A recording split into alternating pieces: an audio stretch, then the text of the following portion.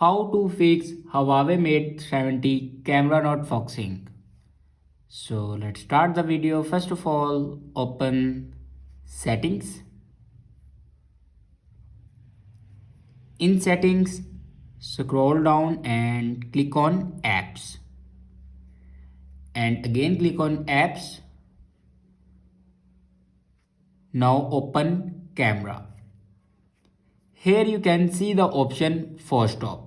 Now click on force stop and then again click on force stop. After force stop your camera, then click on storage and here you can see the option clear cache. Now click on clear cache. After clear your cache memory, then go back and open camera.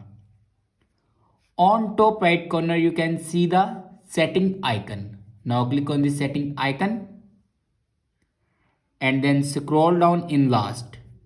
Here you can see the option restore defaults. Now click on it and then click on OK. After doing these steps, your problem will be fixed. I hope this video is helpful for you. Thanks for watching.